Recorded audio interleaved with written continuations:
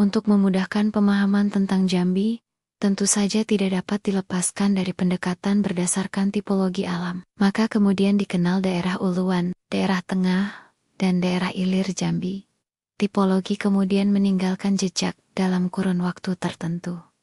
Tidak salah kemudian, Jambi mempunyai peradaban dari mulai prasejarah. Peninggalan zaman megalitikum terdapat di Kerinci, Sungai Penuh, Merangin. Peninggalan zaman megalitikum hanya terdapat di beberapa tempat di Indonesia. Tempat simbol yang melambangkan leluhur bangsa Jambi, jauh sebelum ada kerajaan di Indonesia.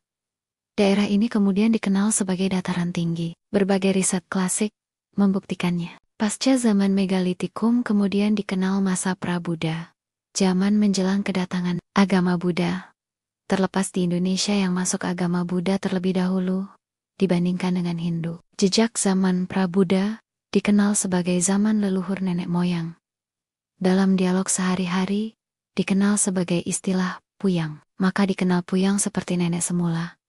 Jadi di marga batin pengambang atau datuk perpatih penyang rantau di marga Sumai. Istilah datuk perpatih penyang mengingatkan nenek moyang masyarakat Minangkabau yang sering menyebutkan datuk perpatih nan sebatang. Pengaruh Minangkabau di Tebo, Bungo bahkan di Sarolangun begitu kuat. Berbagai seloko seperti mengilir berajo Jambi, lipat pandan balek, ke Minangkabau adalah tutur yang membuktikan daerah Uluan. Sungai Batanghari menganut dua rajo. Tema ini sudah sering saya tuliskan sebagai keunikan sekaligus menepiskan kekuasaan kerajaan Jambi, Darussalam seluas wilayah provinsi Jambi, hanya daerah Ilir yang di dalam kekuasaan wilayah kerajaan Jambi Darussalam. Sedangkan daerah Uluan kemudian sering disebutkan sebagai Merajo. Merajo juga sering disebutkan sebagai ikrar kepada Rajo Jambi. Sehingga seloko mengilir, Berajo Jambi kemudian diartikan ketika menempuh Sungai Batanghari, kemudian melewati wilayah hilir Jambi, kemudian berikrar kepada Rajo Jambi. Namun ketika kembali ke daerah Uluan, kembali berikrar kepada Minangkabau. Wulia Tibo, Bongko, juga disebutkan di dalam Tambo Minangkabau sebagai rantau Ikua diartikan sebagai daerah rantau yang memanjang. Banyak sekali nama-nama leluhur sebelum masuknya masa Buddha.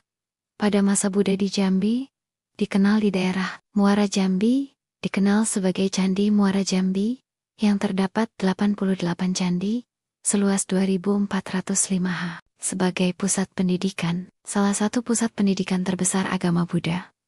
Catatan I. Sing yang menyebutkan, hingga mencapai 6.000 biksu, kemudian dikenal sebagai jalur awal pendidikan Universitas Nalanda. Semacam pondok pesantren di Jawa.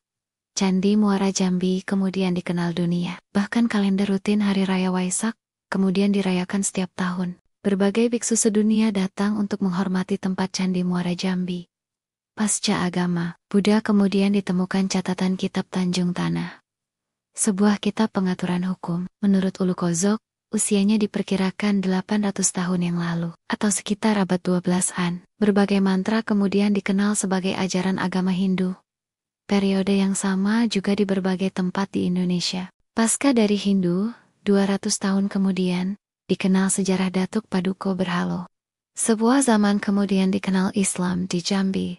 Datuk Paduka Berhalo sebagai Raja Jambi, kemudian dilanjutkan Rangkau Hitam, hingga ke Sultan Taha Saifuddin. Raja terakhir yang kemudian gugur tahun ke-1904 berbagai periode zaman. Sejarah membuktikan, negeri Jambi adalah petilasan paling lengkap di dunia. Sekali lagi meminjam teman saya arkeolog, tidak ada negeri selengkap Jambi. Dari pendekatan bahasa, keunikan di Jambi juga dapat ditemukan. Istilah guguk, suku, kalbu adalah kekerabatan yang lahir dari pendekatan genealogis. Lahir dari satu nenek. Pendekatan matrilineal yang dapat ditemukan di Minangkabau. Rumpun keluarga dengan istilah guguk, kalbu, ataupun suku adalah faktor penting di dalam melihat relasi sosial.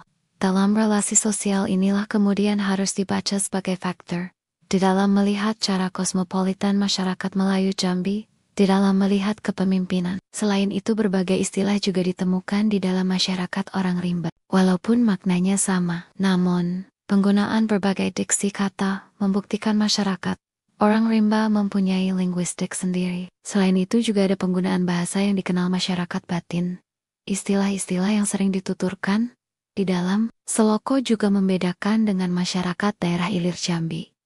Tentu saja, sebagai tutur, masih banyak sekali kosakata dari berbagai kelompok masyarakat, seperti di Simarantihan yang berbeda dengan kelompok lain. Misalnya, istilah sialang pendulangan yang hanya dikenal di Talang Mama. Walaupun istilah sialang banyak dikenal di berbagai tempat, namun sialang pendulangan hanya dikenal di Simarantihan. Tentu saja memerlukan waktu yang panjang, penelitian yang tekun untuk menyusuri setiap kata-kata yang digunakan di dalam berbagai percakapan sehari-hari.